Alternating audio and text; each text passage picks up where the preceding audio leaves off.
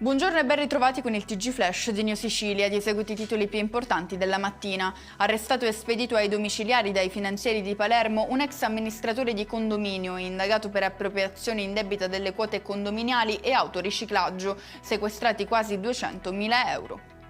Un appartamento del Pigno a Catania adibito a fortino di armi e droga, scoperti 35 kg di cocaina nascosti nei cassonetti delle tapparelle e un vero e proprio arsenale di armi clandestine e di guerra, in manette un 48enne.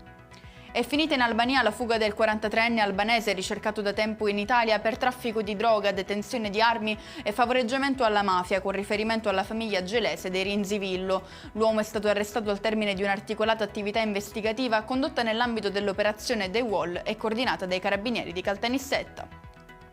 Ufficializzati i nomi dei 3 commissari prefettizi che amministreranno il comune di Paternò per i prossimi 18 mesi, in seguito allo scioglimento di consiglio comunale, sindaco e giunta disposto per mafia.